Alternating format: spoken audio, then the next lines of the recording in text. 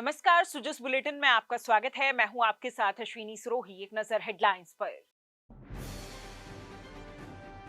Bharat Ratna doctor Bhimrao Ambedkar का 134वां जयंती समारोह। मुख्यमंत्री ने कहा, वंचितों और जरूरतमंदों के हित में समर्पित रहा बाबा साहेब का जीवन। मुख्यमंत्री निवास पर हुई नियमित जन सुनवाई। मुख्यमंत्री ने आमजन की परिवेदनाओं का त्वरित निस्तारण कर पहुंचाई राहत। एसएमएस स्टेडियम में खेले गए आईपीएल मुकाबले के दौरान दर्शकों ने जताया मुख्यमंत्री का आभार। प्रदेशवासियों के लिए जीवनदायिनी ईआरसीपी परियोजना के लिए दिया धन्यवाद।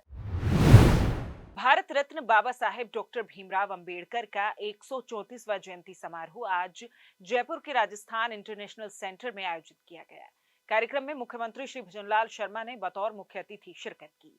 कार्यक्रम में मुख्यमंत्री श्री शर्मा ने बजट घोषणा वर्ष 2024-25 की अनुपालना में संचालित मुख्यमंत्री आयुष्मान बाल संबल योजना की प्रथम बार स्वीकृतियां जारी की। बजट घोषणा वर्ष 2024-25 की पालना में स्वीकृत नशा मुक्ति केंद्रों का संचालन प्रारंभ हुआ। साथ ही उद्योग विभाग द्वारा SC/ST के उद्यमियों को औद्योगिक भूखंडों के पट्टों का वितरण, बजट घोषणा 2025-26 के तहत प्रदेश के SC/ST, OBC, EWS, सफाई कर्मचारी, दिव्यांगजन आदि को संबल प्रदान करने की दृष्टि से अनुजा एवं अल्पसंख्यक निगमों द्वारा दिए गए ऋणों के क्रम में वन टाइम सेटलमेंट स्कीम के दिशा निर्देश भी जारी किए गए। कार्यक्रम में मुख्यमंत्री ने मस्कुलर डिस्ट्रोफी से पीड़ित लाभार्थियों को इलेक्ट्रिक पावर व्हील चेयर और स्वच्छकारों को सेफ्टी किट भी वितरित किए। साथ ही अंबेडकर शिक्षा, अंबेडकर सामाजिक सेवा और अंबेडकर महिला कल्याण पुरस्कार भी वितरित किए गए। समाज में स्वस्थ जीवन को बढ़ावा देने के लिए नशा मुक्ति केंद्रों का शुभारंभ किया गया। साथ ही अंबेडकर पंचतीर्थ योजना का शुभारंभ और डॉक्टर भीमराव अंबेडकर तीर्थ यात्रा के वाहन को हरी झंडी दिखाकर रवाना किया। आज की ये जयंती हमारे लिए बहुत महत्वपूर्ण है, क्योंकि बाबा साहब का जो योगदान हमारे जीवन में है वो उन सबको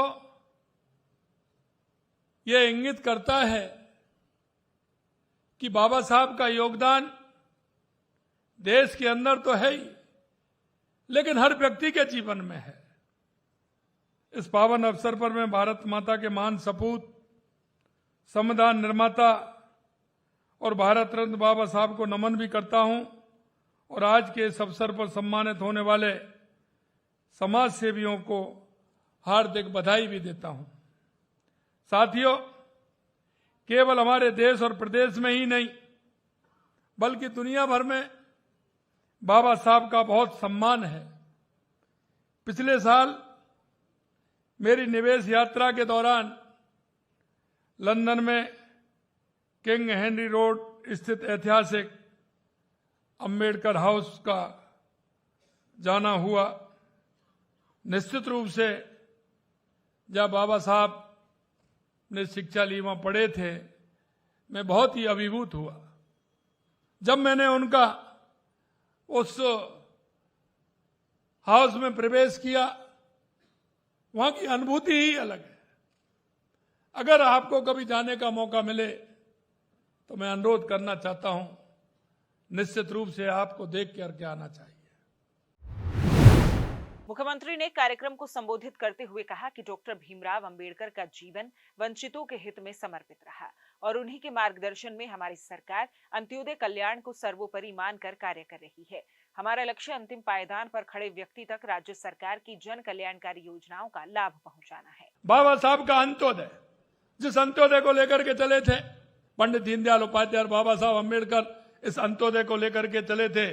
उन्होंने इसकी कल्पना की थी कि अगर अंत्योदय तक हम जाएंगे तो हमारे देश का, प्रदेश का विकास होगा। और इसी संदर्भ में आपसे कहना चाहता हूं, उस अंत्योदय की योजना को लेकर के हम चल रहे हैं। अंतिम पंक्ति में जो व्यक्ति खड़ा है, जिसको आवश्यकता है, और मैं आपसे भी कहना चाहता हूं मित्रों, हम सबको मिलकर के यह काम करना है।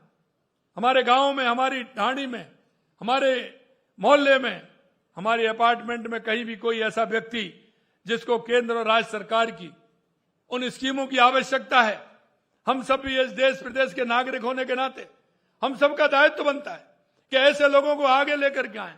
कौन मेरा दिव्यांग बहन है, कौन मेरा दिव्यांग भाई है, कौन मेरी बूढ़ी माता है, कौन मेरे बूढ़े ताऊ जी हैं, मेरे काका जी हैं। ऐसे उन लोगों को जो आवश्यकता है उनको कैसे हम आगे ला करके उनको हम हमारी योजनाओं का लाभ उठाते हुए उनको कैसे हम सुविधा दे सकते हैं, फायदा पहुंचा सकते हैं। और एक मैं और कहना चाहता हूं, क्योंकि हमारा युवा, अगर हम युवा को दिशा नहीं देंगे, देश के यशस्वी प्रधानमंत्री नरेंद्र मोदी जी ने कहा है कि आज हमारी 4 जाति है, युवा, महिला, किसान, मजदूर, इनको लेकर के हमें चलना चाहिए। इसलिए मैं कहना चाहता हूं, हमारे उस युवा को जो इतने पढ़ गया है, पढ़ लिख करके बेरोजगार है, उसको कैसे संबल बनाना है, उसको कैसे योजनाओं का लाभ भी दिलाना है, उसको कैसे रोजगार उन्मुखी बनाना है, ये काम भी हम सभी को करना है। बाबा साहब का आशीर्वाद निरंतर मिलता रहे ताकि अब उनके अधूरे सपनों को पूरा करने में हम लोग भी कुछ काम आ सकें। मुख्यमंत्री ने कहा कि बाबा साहेब ने देश ही नहीं बल्कि दुनिया को राह दिखाने का काम किया था। दुनिया आज भी उनके अर्थशास्त्र, सामाजिक दर्शन और कानूनी ज्ञान का लोहा मानती है। इसलिए ही बाबा साहेब को सिंबल ऑफ नॉलेज कहा जाता है। देश नहीं, दुनिया को राह दिखाने का काम बाबा साहब भीमराव अंबेडकर ने किया था। दुनिया आज भी उनके अर्थशास्त्र, सामाजिक दर्शन और कानूनी ज्ञान का लोहा मानती है। उन्हें इसीलिए तो सिंबल ऑफ नॉलेज कहा जाता है। उन्होंने दुनिया का सबसे बड़ा संविधान देकर भारत को सबसे बड़ा लोकतंत्र बनाया। संविधान की प्रारूप समिति के अध्यक्ष के रूप में संविधान निर्माण में अमूल्य योगदान की वजह से हम उन्हें भारतीय संविधान के निर्माता के रूप में याद करते हैं। वे पूरी दुनिया के हमारे जो पिछड़े, पीड़ित, शोषित, वंचित और उपेक्षित लोगों के भेदभाव रहित समाज के रूप में नई रोशनी लेकर के वो आए थे। उन्होंने सभी वर्गों में शिक्षा के प्रसार को महत्व दिया।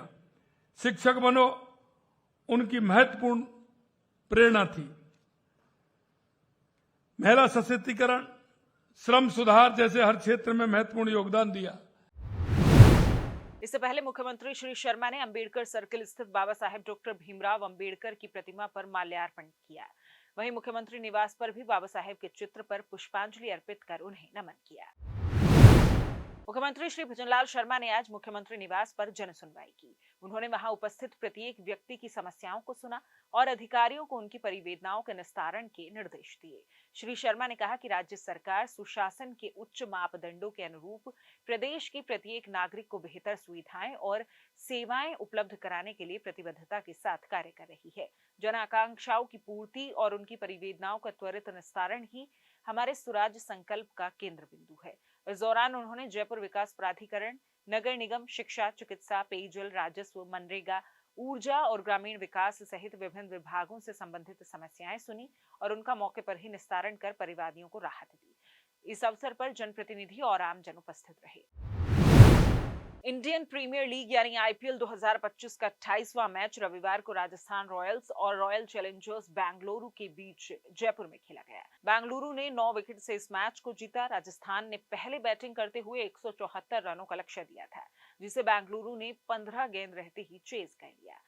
जयपुर के सवाई मानसिंह स्टेडियम में हुए इस मैच में जहां दर्शकों के बीच क्रिकेट को लेकर उत्साह नजर आया, तो वहीं राजस्थान वासियों ने राजस्थान के मुख्यमंत्री श्री भजनलाल शर्मा का ईआरसीपी परियोजना के लिए धन्यवाद भी ज्ञापित किया।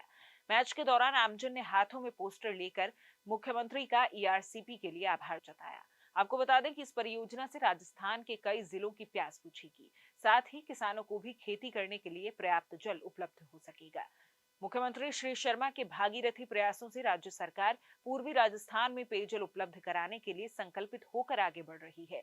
जीवनदायिनी संशोधित पार्वती काली सिंध चंबल परियोजना एकीकृत ईआरसीपी के कार्यों को पूर्ण पारदर्शिता और समयबद्धता से किया जा रहा है। राजस्थान का एक ही लाल, भजनलाल, भजनलाल, राजस्थान का एक ही लाल, भजनलाल, भजनलाल, राजस्थान का एक ही लाल, भजनलाल, भजनलाल, राजस्थान का एक ही लाल, भजनलाल, भजनलाल, राजस्थान का एक ही लाल, भजनलाल, भजनलाल, राजस्थान का एक। सुजस बुलेटिन में आज के लिए इतना ही। फिर होगी आपसे मुलाकात, तब तक के लिए नमस्कार।